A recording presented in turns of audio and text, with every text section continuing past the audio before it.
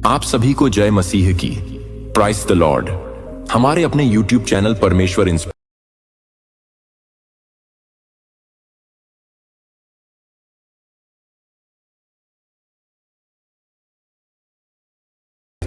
कृपया प्रार्थना को अंत तक अवश्य सुने। इसे बीच में छोड़कर जाने की गलती ना करें, क्योंकि परमेश्वर का वचन कहता है, उत्पत्ति 3 और 9 में परमेश्वर कहता है, मेरा छोटा बेटा मेरी आवाज सुनना पसंद करता है। सिर्फ उस समय को छोड़कर जब मैं उसका नाम जोर से और सख्ती से पुकारता हूं और उसके बाद उससे सवाल करता हूं कि तुम कहां हो। जब मैं ऐसा करता हूं, आमतौर पर मैं उसे इसलिए पुकार रहा होता हूं क्योंकि कोई शरारत कर रहा होता है और मुझसे छिपने की कोशिश कर रहा होता है। मैं चाहता हूं कि मेरा बेटा मेरी आवाज सुने, क्योंकि मुझे उसके भले की चिंता है और मैं नहीं चाहता कि उसे चोट पहुंचे। इसलिए मेरे प्रियो, इस प्रार्थना को अंत तक जरूर सुने। आइए मेरे मसीही भाइयों और बहनों, इस प्रार्थना को शुरू करें। हे परमपिता परमेश्वर, आप अनंत दयालु, प्रेममय और सर्वशक्तिमान हैं। आपके प्रेम और अनुग्रह के कारण ही हम आज आपके सामने नतमस्तक हैं। हम आपकी स्तुति और आराधना करते हैं, क्योंकि आप ही सृष्टि के आदि और अंत हैं। आपकी करुणा अनंत है और आपकी विश्वास योग्यता पीढ़ी दर पीढ़ी बनी रहती है। हे प्रभु यीशु मसीह, आप हमारे उद्धारकर्ता और मार्गदर्शक हैं। आपने हमें पाप से मुक्त करने के लिए अपने जीवन का बलिदान दिया और आपके लहू के द्वारा हमें नया जीवन प्राप्त हुआ। आज हम आपके चरणों में आकर अपनी प्रार्थना प्रस्तुत करते हैं। कृपया हमारी प्रार्थना सुने और हमारी इच्छाओं को अपनी इच्छा के अनुसार पूर्ण करें। हे प्रभु, हम आपको धन्यवाद देते हैं, क्योंकि आपने हमें जीवन, परिवार, मित्र और हमारी सभी आवश्यकताओं की पूर्ति दी है। आपकी कृपा से हम इस संसार में आगे बढ़ रहे हैं। परमेश्वर का वचन कहता है, भजन संहिता 104, उसके द्वारों से धन्यवाद और उसके आंगनों में स्तुति के साथ प्रवेश करो। उसको धन्यवाद दो और उसके नाम को धन्य कहो। हम आपकी स्तुति करते हैं, क्योंकि आप हमारी हर प्रार्थना को सुनते हैं और हमें उचित समय पर उत्तर देते हैं। हे प्रभु, हम स्वीकार करते हैं कि हम पापी हैं। हमारे विचार, वचन और कार्यों के द्वारा हमने कई बार आपको दुखी किया है।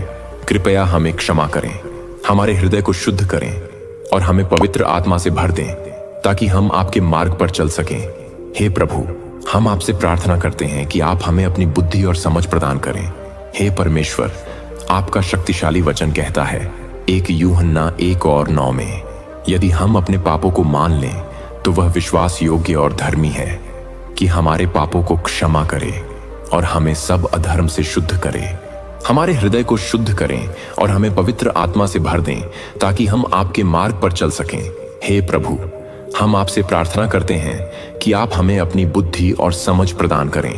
हे सर्वशक्तिमान पिता परमेश्वर, आपका ये शक्तिशाली वचन कहता है, नीति वचन 3 अध्याय 5 से 6 कहता है, तू अपनी समझ का सहारा न लेना, वरन संपूर्ण मन से यहोवा पर भरोसा रखना। उसी को स्मरण कर, तब वह तेरे मार्ग को सीधा करेगा। हमारी शिक्षा, व्यवसाय, परिवार और जीवन के हर क्षेत्र में आपका मार्गदर्शन आवश्यक है। कृपया हमें सही दिशा दिखाए और हमें अपनी इच्छा के अनुसार चलने की शक्ति दें। हे परमेश्वर, इस संसार में अनेक संकट, रोग, क्लेश और परीक्षाएं हैं। हम आपकी सुरक्षा के लिए प्रार्थना करते हैं। हे परमेश्वर, आपका वचन कहता है, भजन संहिता 91 अध्याय 2 और 4 में, मैं यहोवा के विषय कहूंगा, वह मेरा शरण स्थान और गढ़ है, वह मेरा परमेश्वर है, मैं उस पर भरोसा रखूंगा। निश्चय ही वह तुझे बहेलिये के जाल से और महामारी से बचाएगा। हे प्रभु, हमारी रक्षा करें, हमारे परिवारों की रक्षा करें और हमें हर संकट से दूर रखें। हे प्रभु, जो बीमार हैं उन्हें चंगा करें।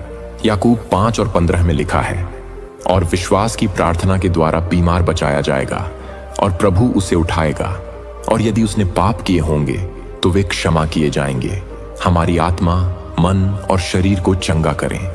जो लोग मानसिक तनाव, भय और चिंता से जूझ रहे हैं, उन्हें शांति प्रदान करें। हे प्रभु, हमारे परिवारों को प्रेम और एकता में बनाए रखें। हमें एक दूसरे को क्षमा करने और प्रेम से रहने की शक्ति दें। हे सृष्टि के पालनहार, आपका शक्तिशाली वचन कहता है, इफिसियों 4 अध्याय 2 से 3 कहता है, संपूर्ण दीनता और नम्रता सहित धीरज धरकर प्रेम से एक दूसरे की सहन करो और मेल मिलाप की आत्मा को बनाए रखने के लिए यत्न करो। हमारे विवाहों, बच्चों, माता पिता और भाई बहनों के बीच प्रेम, समझ और शांति बनी रहे। हे प्रभु, हमारे देश और समाज को आशीष दें। हमारे नेताओं को न्याय और सत्य के मार्ग पर चलने की समझ दें। 2 इतिहास 7 और 14 में लिखा है, यदि मेरी प्रजा जो मेरे नाम से कहलाती है अपने आप को दीन करे और प्रार्थना करे और मेरे दर्शन की खोज करे और अपनी बुरी चाल से फिर जाए, तो मैं स्वर्ग में से सुनूंगा और उनका पाप क्षमा करूंगा और उनके देश को चंगा करूंगा। हे प्रभु, हम आपकी उपस्थिति को अनुभव करना चाहते हैं। हमें आपके प्रेम और शक्ति से भर दें ताकि हम एक नया जीवन जी सकें। हमें अपने वचन का पालन करने के लिए प्रेरित करें और हमारे जीवन को आपकी महिमा के लिए उपयोग करें। रोमियो 12 और 1 में लिखा है, इसलिए हे भाइयों, मैं तुम्हें परमेश्वर की दया स्मरण कराकर विनती करता हूं कि अपने शरीरों को जीवित, पवित्र और परमेश्वर को भाने वाला बलिदान करके प्रस्तुत करो। यही तुम्हारी आत्मिक सेवा है। हे प्रभु, हमें अपने प्रेम का साक्षी बनाइए ताकि हम दूसरों को भी आपकी ओर आकर्षित कर सकें। हे स्वर्गीय पिता, हम जानते हैं कि आपकी योजना हमारे लिए सर्वोत्तम है। हमें आपके मार्ग पर विश्वास रखने की शक्ति दें। हम यह सब यीशु मसीह के नाम से मांगते हैं, आमीन। हे प्रभु, हम आपके सामने सिर झुकाकर यह स्वीकार करते हैं कि हम आपके बिना कुछ भी नहीं कर सकते। आप ही हमारी शक्ति, हमारी शरण स्थली और हमारी सुरक्षा हैं। हम जानते हैं कि बिना आपकी मदद के हम जीवन के किसी भी संघर्ष का सामना नहीं कर सकते।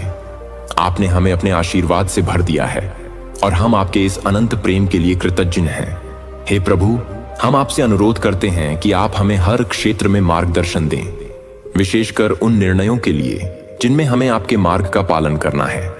हमें वह विवेक और बुद्धि प्रदान करें ताकि हम जीवन में सही निर्णय ले सकें और अपनी इच्छाओं के बजाय आपकी इच्छा को प्राथमिकता दें।